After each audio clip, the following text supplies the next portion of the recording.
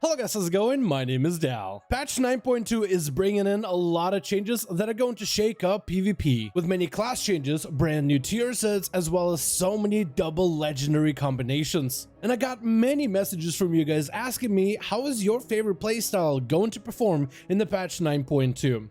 The next major content update for WoW is still in its testing phase, and as long as it's on PTR, it's going to be impossible to figure out which classes are truly going to be the strongest for PvP in patch 9.2. However, we can take a look at some of the most popular PvP specs at World of Warcraft and see how they're progressing so far over on the patch 9.2. So please don't use this video to pick your next main. In fact, in patch 9.2, play whatever you like the most. But if you're interested in playing what's popular in the next WoW update, this is how these specs are doing so far. Before we dive into these updates, most of you guys watching these videos are still not subscribed. And if you watch these videos anyway, you might as well subscribe as well as hit the bell, especially if you like seeing regular patch 9.2 updates or potentially future expansion announcements.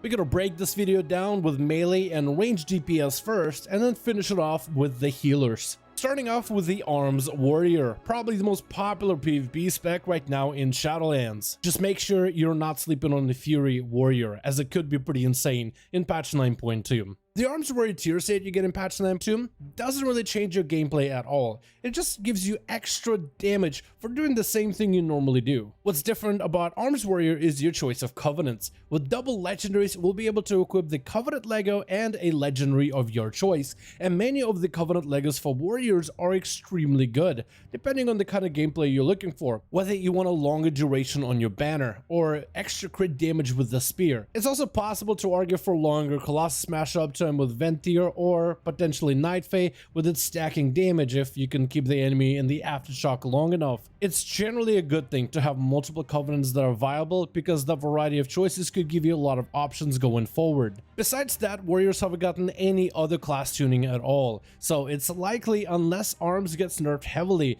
it's probably going to be pretty good going into the next build.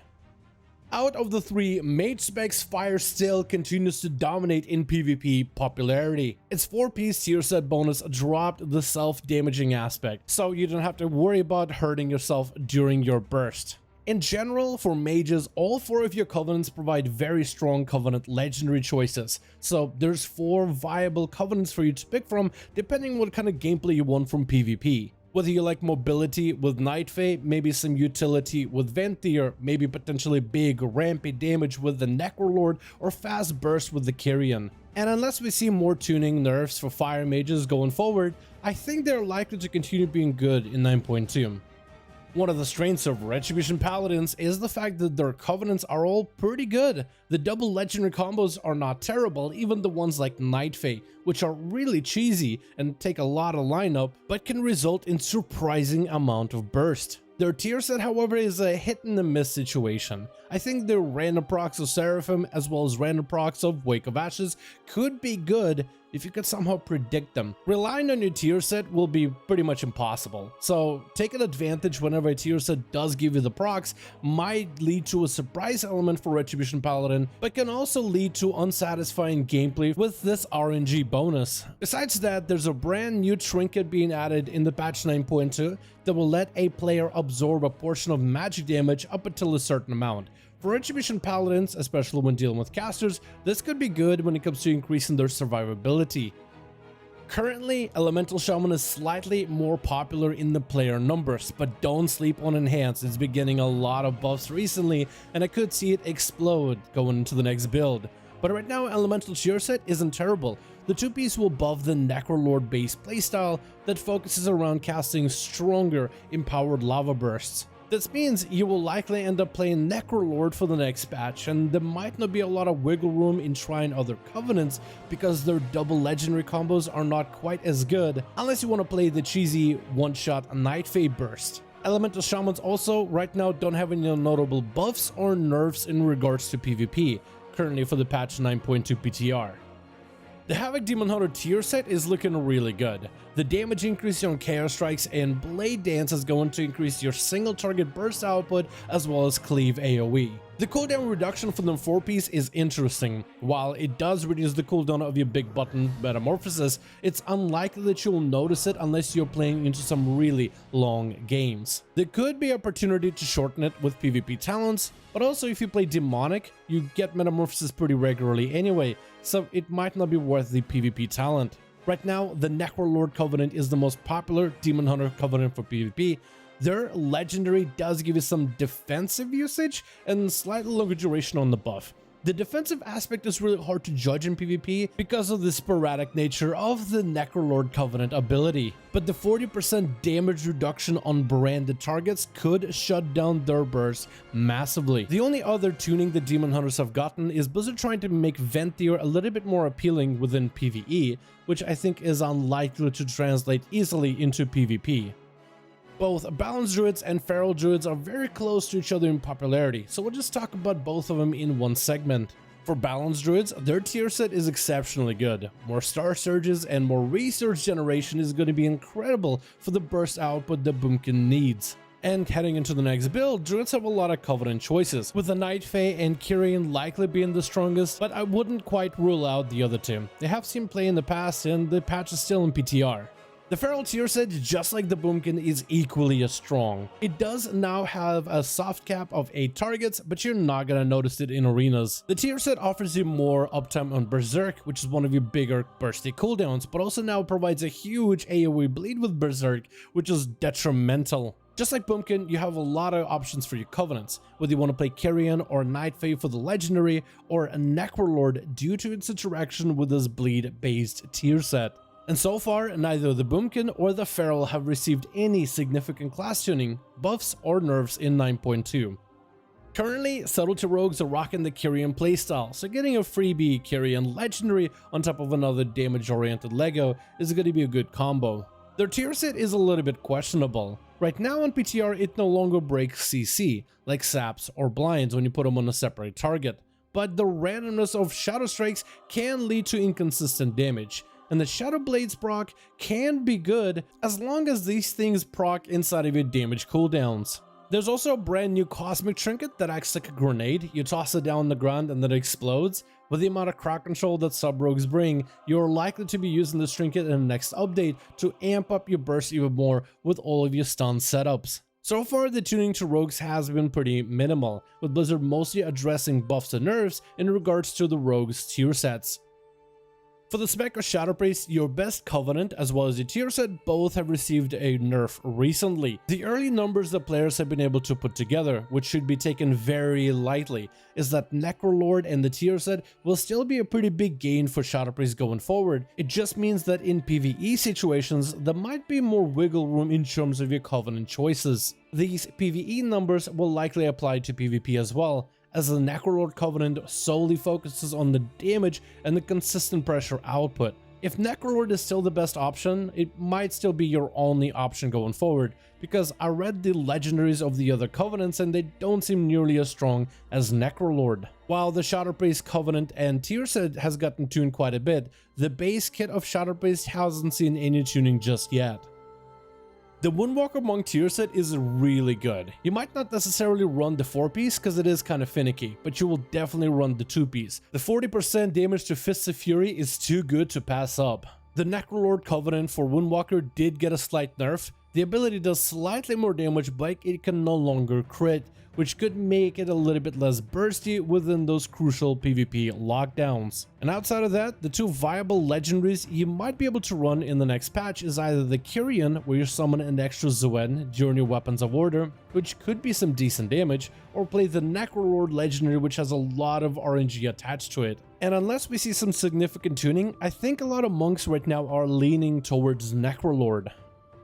Currently, Beast Mastery Hunter is the most popular spec for the Hunter class, though you should not sleep on Marksman and Survival, as their tier sets are looking really strong. The legendary choices that Beastmaster has between Necrolord and Venthyr could be pretty impactful in PvP. However, their tier set is a little weird. It does promote more uses of kill commands to be a little bit stronger with crits, and it does increase the damage of Cobra Shot, but I don't know if it will be enough. This playstyle synergizes better with the talent of Killer Cobra, but that means that Beast Mastery Hunters will have to lose out on aspect of the Beast, which is quite a lot of their sustained damage output. Many hunters from the PvE and the PvP side of the game are hoping that Blizzard takes a second look at their tier set to find something that rolls off better into the Beast Mastery playstyle. Talking about Warlocks, technically Affliction is slightly more popular than the others within PvP, but not by much, which is why I don't want to discount Destruction or Demonology out of this video. The earlier reception for the Affliction Warlock tier set is a bit of a mixed bag within PvP. It doesn't quite synergize into the current playstyle for PvP combat and potentially could get adjusted in the future. On the other hand, double Chaos Bolts from Destruction or more demons summoned up by Demonology has a lot of potential heading into the patch 9.2. Currently for Warlocks, the choice of Covenants will be either between Night Fae or Necrolord with their Covenant legendaries, but there's a lot of some really juicy combos between the Necrolord Lego and some of the combinations for Destruction and Demonology specifically. And finally, we have the Death Knight, one of the least represented melee in the arenas currently for PvP. Technically, Frost does have a bit more popularity, but the buffs Unholy is receiving in 9.2 could swing things in the other direction. Firstly, the tier set for Frost Death Knight 4-piece allows you more cleave damage, and the spec is really good at cleaving multiple targets, so an obliteration heavy playstyle is going to strongly benefit from the tier set. Next, your strongest Covenant legendary, which is the Necrolord legendary, saw recent significant buffs, so your burst output as a Frost Death Knight should increase by quite a bit. And finally, the class of Death Knight hasn't received any significant class PvP tuning so far. Finally, we have healers. The reason I wanted to lump all the healers together is because none of them are really less or more popular than the other. Majority of healers are actually very close to one another, which is why I wanted to cover all the healers all at once. Restoration Shaman tier set looks to give him some more cooldown reduction with totems, which could also encourage a chain heal heavy playstyle. We're unsure if this is exactly going to be the build you'll run in the next build, but there is at least some PvP talents to support that kind of gameplay. This totem cooldown reduction tier set also applies to your totems from the PvP talents. This could significantly increase the utility the Restoration Shaman brings into PvP. Imagine how many mages would get frustrated with the Restoration Shaman because they just keep chucking grounding totem at them over and over and over again. The Holy Pally tier set plays with the cooldown reduction of Avenging Wrath. It's also worth noting that this tier set recently did take a nerf, where you only have a 50% chance every time you use Light of Dawn to get cooldown reduction on your Avenging Wrath. Together with recent other nerfs, mostly towards the damage of Holy Paladin, the higher uptime on Wings could offset that nerf a little bit. But in PvP, it might be a little bit harder to get that much cooldown reduction value. There are some PvP talents like Dark as Before Dawn that could promote more Light of Dawn gameplay, and maybe if you played Necrolord there might be more uses of Light of Dawn in general, but it's hard to tell if this is something that Holy Paladins will focus on in the next update, which makes me wonder if there might be a bit of a redesign for Holy Paladin tier set in the future that could satisfy both the PvE as well as the PvP crowd. For the class of Priest, you have two specs to pick from, the Disc Priest and the Holy. The Disc Priest tier set gives you more penance and AoE value, which could be useful for the burst heavy playstyle that they could play within PvP. I thought the Holy Priest could be very interesting if its tier set bonus affected the ability of Chastise, maybe increasing the duration of that stun that you can get from the ability. Sadly, it only increases the damage, so there's nothing cheesy you can do with crowd control. That being said, Holy Priest did recently receive a lot of buffs in regards to their damage as well as healing, and they even gained the ability, with the right talent setup, to battle res their allies within PvP. And unless Blizzard clamps down on this gameplay going forward, Holy Priest could have a very different and unique dynamic to bring to arenas in the patch 9.2. Restoration Druid tier set focuses on increasing the burst healing output, and there was also recent buffs towards the healing output as well as damage output. Together with many significant buffs towards their talents and a lot of good Covenant options, I think Restoration Druids could be pretty good, if not in a better spot, heading into patch 9.2. Lastly, when I said that most healers are pretty close to one another, I really did mean most except for Mistweaver Monk. While not a terrible healer and exceptionally fun in Mythic Plus, it just hasn't gained the same popularity as the other healers within PvP. Doesn't mean that monks can't push to really high rating, it's just its popularity numbers are pretty low. However, there are a lot of strong double legendary combinations for monks going forward. Maybe as like a Venthyr together with another healing specific legendary. So maybe the double Lego could make monks really good heading to the patch 9.2 for PvP. Thank you guys so much for watching this video. I do hope you guys enjoyed. A lot of you guys asked me how are your favorite and some of the most popular, some of the most meta DPSers as well as healers doing in PvP for patch 9.2, and hopefully this video gave you guys a little bit of peace of mind. It's also worth repeating, we are talking about PTR classes, and on PTR things change pretty regularly, so please don't take this video as a set in stone. This is just a look of classes in this current PTR build.